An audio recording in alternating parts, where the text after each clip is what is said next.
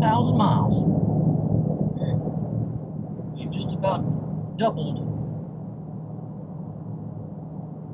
I don't know what, another 200 miles will actually double it.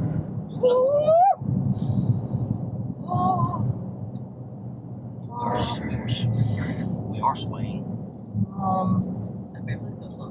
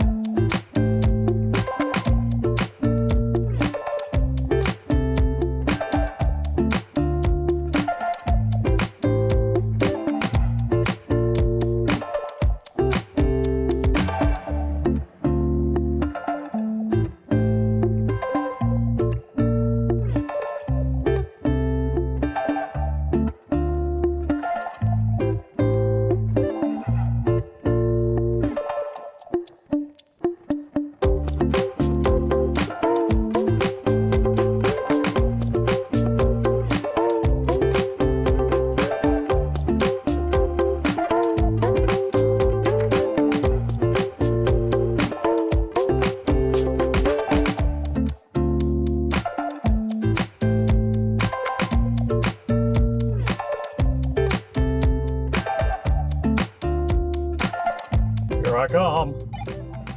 Okay.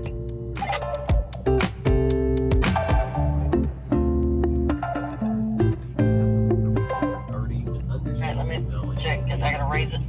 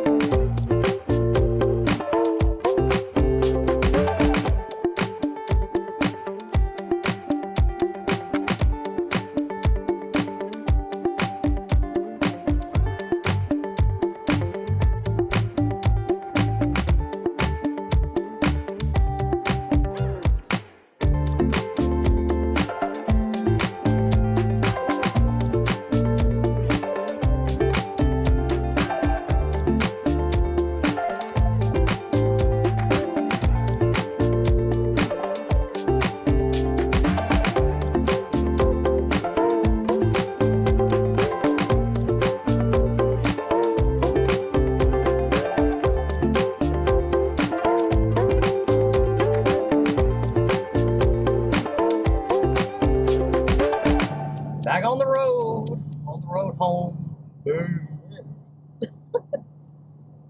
We are on 95 headed north, headed for our overnight stop, which will be just outside of Savannah at the Savannah Oaks RV Resort. Yeah, that place. Thought about Wally docking it. The Walmart outside of Richmond Hill that we used 3 years ago on the way to St. Augustine would have been logistically perfect, Right. but never could get any confirmation that overnight parking is still allowed there, and didn't really want to count on it if it wasn't, so we just forked out the money and got a spot. Right. at And the resort. we weren't 100% comfortable there anyway because it was extremely busy and noisy. But we also wanted to be able to completely dump our tanks and flush them and that kind of stuff before we get home. Yeah. Because we don't have that capability at our house. And we didn't want to make another stop just to dump the tanks. Not stop at a Cabela's or well, actually, when we stop, if you go to a Cabela's, Yeah. our local Cabela's is not on the way home for us. It'd be out of the way. So Right. it'd be a chore if we didn't have an easy place to dump. So Yes. So this way we at least get a good night's sleep and we can empty our tanks and all that jazz. you'll see that. Lots of I-95 road footage to show you, and or a little bit of I-95 road footage to show you, because once you've seen 10 yards of I-95, you've pretty much seen it all. Yes, definitely. So enjoy the 10 yards of I-95 I'll show you, and then we'll check back in with you when we get to our overnight stop.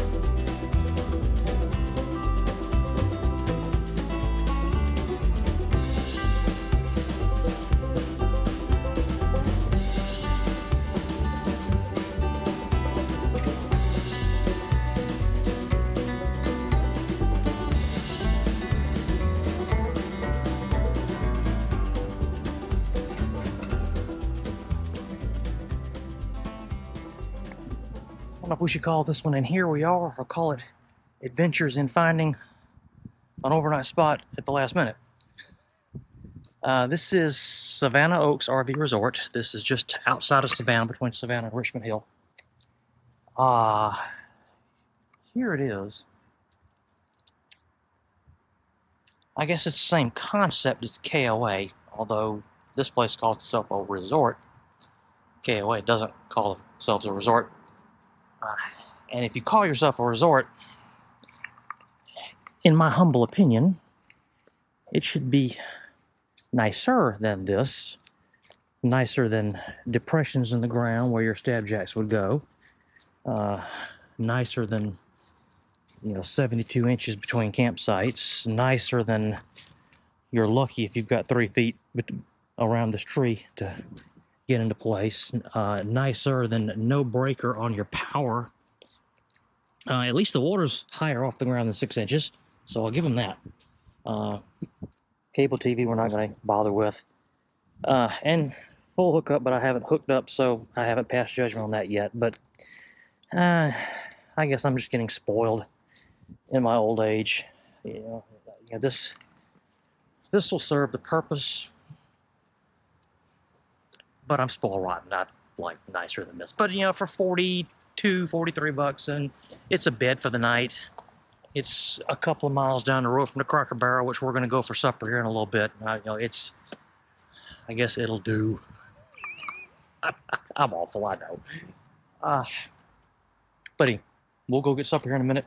And that's going to be the highlight.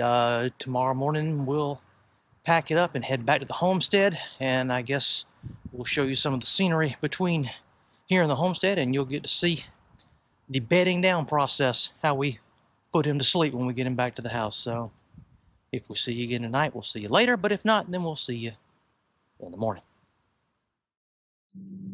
And for some of us, it's coffee time. Yay!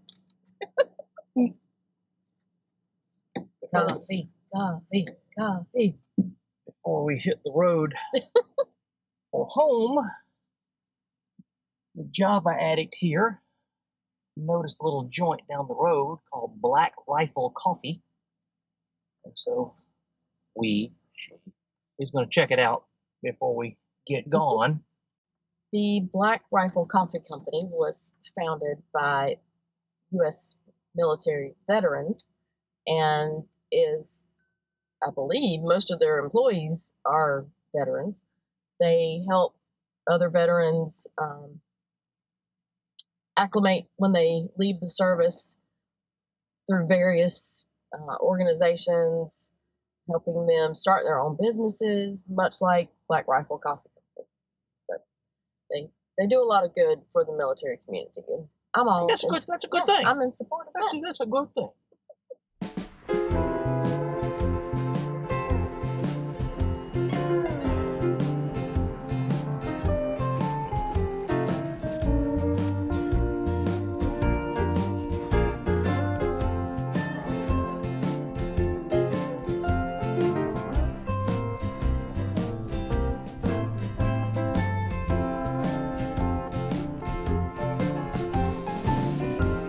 Yes.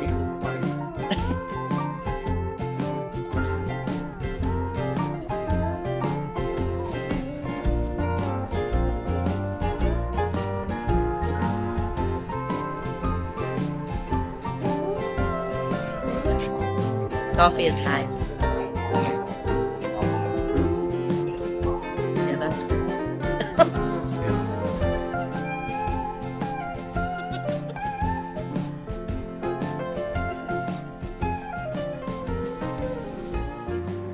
Well, that was neat.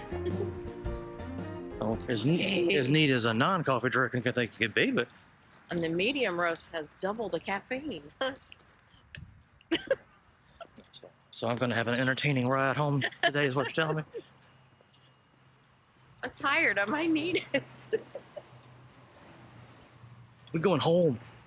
Yay. Let's go hitch up. Get out of here. And so the ride home, the last leg of the ride home begins.